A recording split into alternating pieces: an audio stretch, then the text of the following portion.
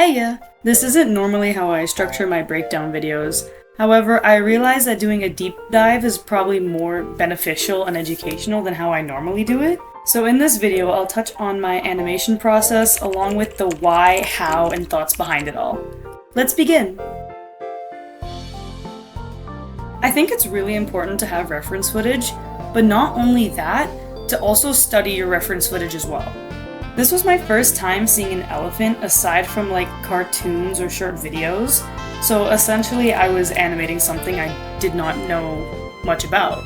I started my research by watching multiple elephant clips, videos, and documentaries to try and understand how they walk and function. Immediately after, I took to Sync Sketch with my videos and began drawing over top of the feet and the legs. I was trying to understand how 4 legs work together and independently at the same time. Anytime one of the feet hit the classic contact pose, I sketched out all 4 legs positions. And because I really wanted to understand it deeply, I did it more than once. I did it both on a baby elephant and on a running elephant. I noticed that the left legs are on a similar offset from the right set legs and vice versa. On top of that, the front 2 legs are their own set of human feet, as with the back. To add, only one of the 4 feet strike the contact pose at a time. Finally, the 4 legs alternate contact pose in a very specific pattern. Front left foot, back left foot, front right foot, back right foot. Left left, right right, front back, front back. I also decided to study the upper thigh and head tilt at this moment, and I noticed that the upper thighs moved like a cat when they were walking or running. As for the head, it had a slight up and down and left and right tilt. With this knowledge, I was ready to begin animating my run cycle. I started with the body control and animated the feet to follow it, but he ended up looking super goofy, so I started over. I decided a treadmill cycle with a God node animation would work best for what I'm trying to do. Normally I wouldn't animate on the God node, but I felt like breaking rules today. So we've established that elephant walks are just humanoid strides multiplied by 2. Using this information, I can apply my tactic and experience of human walk and run cycles for my elephant one. Thus, I began animating my run cycle by animating all 4 legs to have the same movement. Shortly after, I offset either the right set of legs or the left set of legs by a couple of frames. This gave me 2 humanoid walk cycles and 1 very early stage elephant run cycle. I adjusted what I needed before adding more motion to the elephant's body. I added the upper thigh movement to give a more organic feel. I added more ups and downs within the body to provide a stronger feeling of weight. Finally, I added pelvic and chest rotations. At this point, I had a good enough base to start adding more organic and custom movements.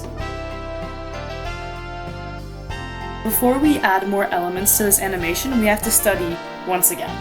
We can't make a realistic animation without studying.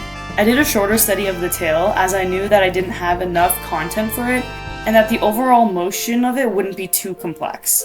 Tail movements are fundamental to animation.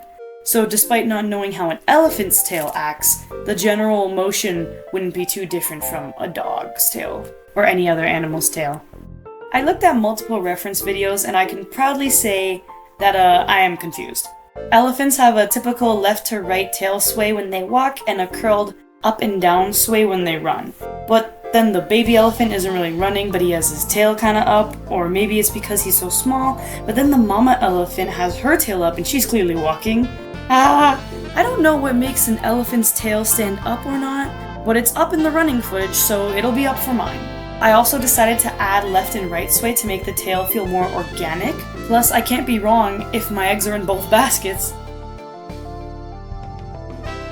At this point, I returned to the feet to add the pattern that I mentioned earlier. You know, the left, left, right, right, front, back, front, back. Anyway, I shifted the animation around in the graph editor until I got the pattern I needed. Except I didn't. I made a mistake and the back feet didn't have a proper walk cycle, they had a gallop. Now, I've done a lot of walk cycles, so this gallop wasn't odd. I knew why it happened. The cycle wasn't offset correctly. Now, normally this is easy to find and fix, but I got stumped. I tried experimenting to fix it, but couldn't get it exactly right. That is until I decided to consult the graph editor. Immediately it was obvious what happened. 1 foot was 3 frames earlier and 1 was 2. Once I made it the same value, it went back to normal. I wanted to point out this mistake because it showed how I think when I have a problem and how sometimes I need to pivot from my usual solution to fix it. Normally I wouldn't need the graph editor to fix a gallop, I can just look where the keyframe is and where it needs to be and then just move it in the time slider. And it works perfectly. But I guess my brain wasn't used to seeing so many legs and I struggled to understand how to fix it. The graph editor put it in a way that I could visualize and understand what was wrong and how to take steps to fix it. Hopefully this helps people realize that looking at something from multiple angles can be beneficial for problem solving.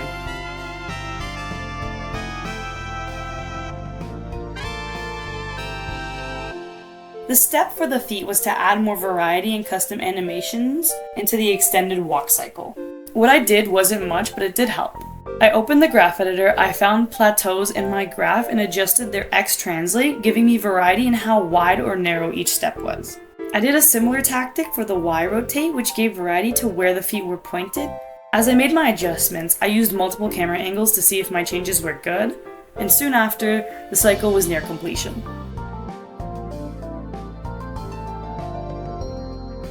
Back again, studying reference footage to apply it to my animations. This time we're studying the head. I discovered that the head bobbles a bit. It bobbles left to right and up and down. But aside from that, not much else happens on the face. The ears are simplistic as well. They move back and forth with varying intensity while running and walking. Going forward, they'll tip more upwards, and then going backwards, they'll tilt downwards. The bottommost part of the ears acts like a cloth or rag with varying intensity. The trunk was harder to understand because I still don't. From what I've gathered, the trunk typically has a rope-like swing with varying intensity, but for some reason they'll move their trunk upwards during their walk or jog. It could be that they're trying to smell something or that they're getting worried that they're going to step on their own trunk, so they move it out of the way. Regardless, when they run, they lift their trunks frequently, so I've got to add that in too.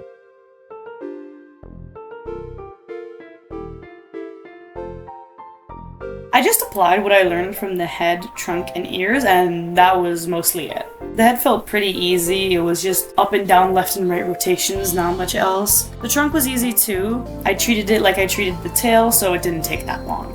As for the ears, I decided that a stiff ear instead of a more floppy one was best. Here's what I have so far for the cycle. He's still slower than he should be, but I think it works for now. Finally, we're able to reach the next part of this animation. First, I need my elephant to walk on a path, which didn't take too long.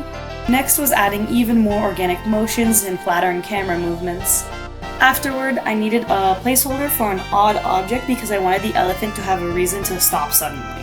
Oh, did I forget to mention that this elephant is going to stop abruptly? Yeah, he is. I continued and studied some reference footage, applied it in Maya. I can't lie, this reference footage wasn't the best. It gave me some information, but not really enough. I had to use other animation principles like a ball stopping to do it. In the end, I got the fundamentals of my animation done, and I could add things such as jiggle physics and trunk sways. The camera is still a work in progress, so I'm animating with perspective in mind. What was left to do on the elephant was the extras such as the head, tails, and ears. I finished that along with the camera, and just like that, we finished this section. The last thing I wanted to add to this animation was to have the elephant reset his position and look at the temporary object. The best course of action for me was to start with the body and feet controllers and work through the whole elephant until it was done. The body was the most time-consuming part, but once that and the feet were done, everything else was quick to do. The last steps that I didn't record were decorating the scene, lighting said scene, and editing the final playtest. I wanted to see if some SFX would help the overall quality along with some VFX. Finally, after weeks of work, my animation is done, and the breakdown too. Let's just play that bad boy one more time.